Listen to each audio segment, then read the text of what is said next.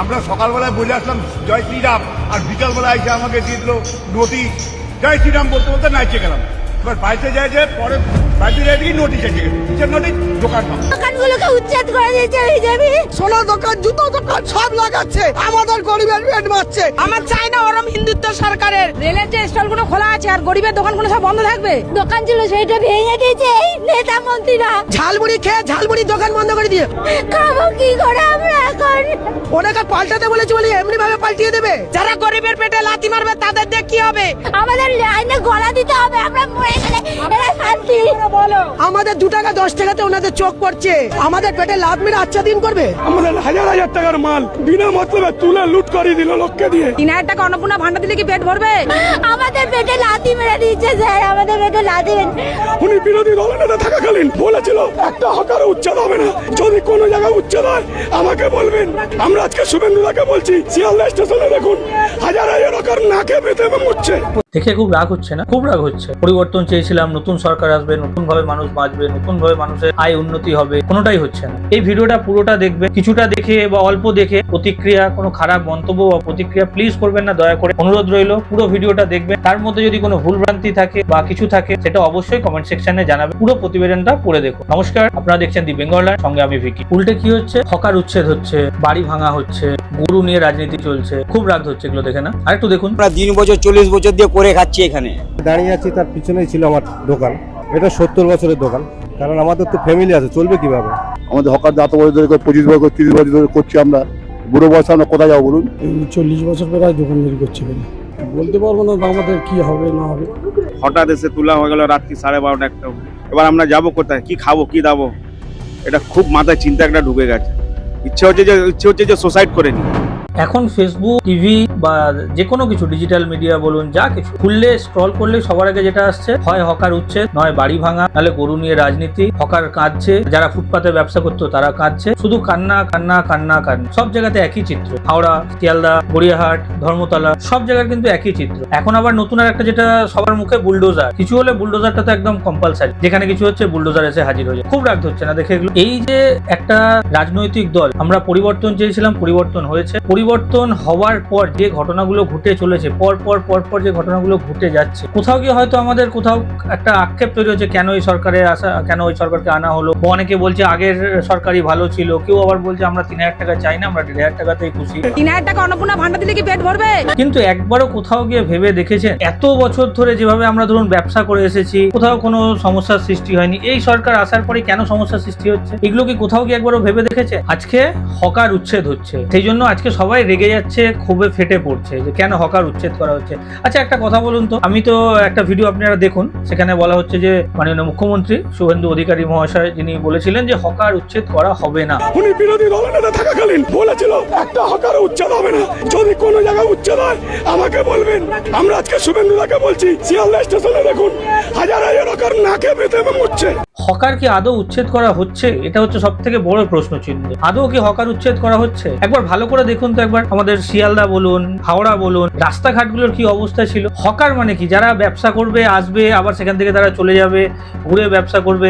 আচ্ছা একটা কথা বলুন তো, ট্রেনে তো হকার রয়েছে, ট্রেনের তো কেউ বলছে না যে আমাদেরকে উচ্ছেদ করা হচ্ছে, ট্রেনে উঠতে দেওয়া হচ্ছে না, হকারি করতে দেওয়া হচ্ছে না, কেউ তো একবারও বলছে না। কারা বলছে? যাদের দোকান ভেঙে দেওয়া হচ্ছে, তারা একমাত্র এইটা নিয়ে চেঁচামেচি কান্নাকাটি যে এই সরকার এই করেছে ওই করেছে বলে যায়। একবার একটা জিনিস ঠান্ডা মাথায় ভেবে দেখুন, এই যে শিয়ালদায় আপনি যখন যেতেন, যদি কারোর কোনো ফলের গাড়ি বা কোনো যারা যেসব জিনিসপত্র মালপত্র নিয়ে বসে, তাদের একবার গাড়িতে যদি ধাক্কা লাগতো, কিভাবে আপনাকে বলতো তারা? সেগুলো কি ভুলে যাচ্ছে? জায়গাটা খালি করারও দরকার আছে, কারণ এটা এমন একটা জায়গা হয়ে গেছিল যেখানে মানুষ চলাচল বা যাওয়ার একটা খুব খারাপ জায়গা আছে। এখন পরিষ্কার হয়েছে, ঠিক আছে। সিদ্ধান্তটা অবভিয়াসলি ভালোই নিয়েছে, বিকজ এখানে যদি সাধারণ মানুষের এতে অসুবিধা হতো, অসুবিধা হওয়ার কারণে যদি জিনিসগুলোকে রিমুভ করেছে তাহলে তো ভালোই হয়েছে।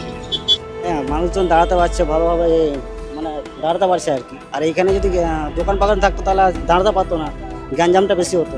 হকার মানে মানুষকে বসতে দিয়েছে, ব্যবসা করবে, সে সেখান থেকে চলে যাবে। সেখানে যদি কেউ দোকান পেতে বসে, কেউ যদি মাচা করে বসে, সেটাকে তো হকার বলা যায় না। আর সেটাকে উচ্ছেদ যখন করা হচ্ছে, সরকারের নিজস্ব কাজ করছে, তখনই মানুষের এত খুব উগড়ে আসছে। আমরা তো এসেছি যে আমাদের এই চেঞ্জ হবে, আর সরকার আসলে আমাদের আরো উপকার হবে, ভালো হবে। সরকারও তো দেখলাম প্রথম এসে তো ভালোই কাজ শুরু করেছে, সেই হিসাবে আমরা তো আরো আনন্দ পেলাম। তা এখন দেখছি যে এইরকম পথচারীদের উপর যদি এইভাবে অত্যাচার করে তাহলে তো বিপরীত হয়ে যাবে। আমরা পরিবর্তন এনেছি বলে যে আমাদেরকে এমনি করে বলবো যে আমরা সবকিছু উল্টিয়ে দিই। আমাদের পেটে যে লাথি মারবে আমরা কোনোদিন বুঝি না, আমাদেরকে তো আমাদের হিন্দু জাতিকেই মেরে দিচ্ছে। যে কেন এই সরকারকে আনা হলো, সরকার তো তার নিজের কাজ করছে।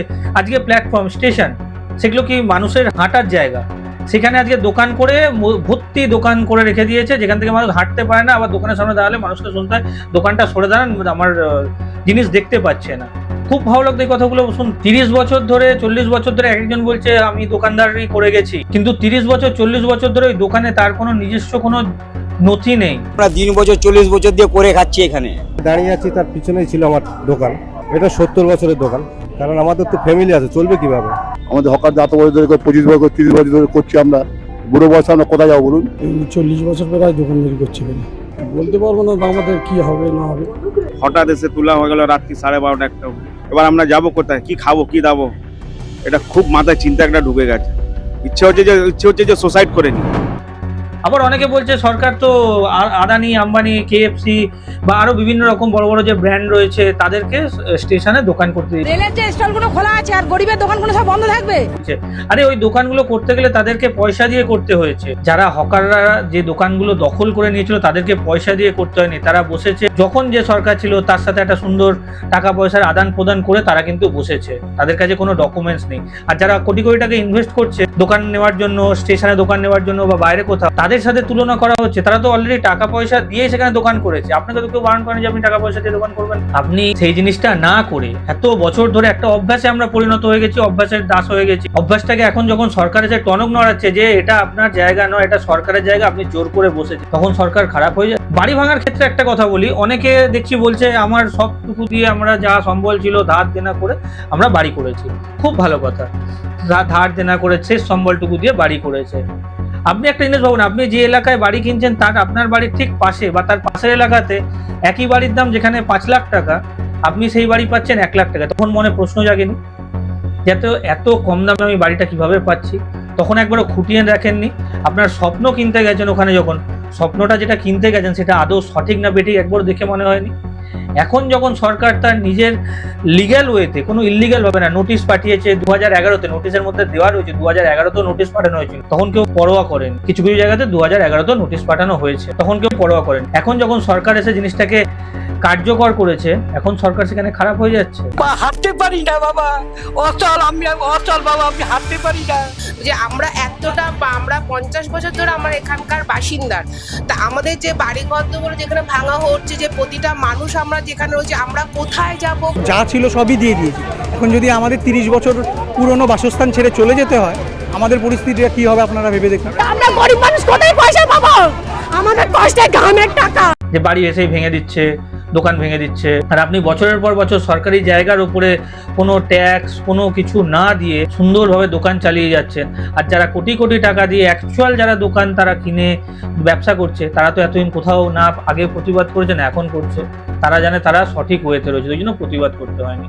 আপনারা বেনিয়মে করেছেন, সেই জন্য হয়তো আজকে এসে কোথাও গিয়ে খারাপ লাগছে।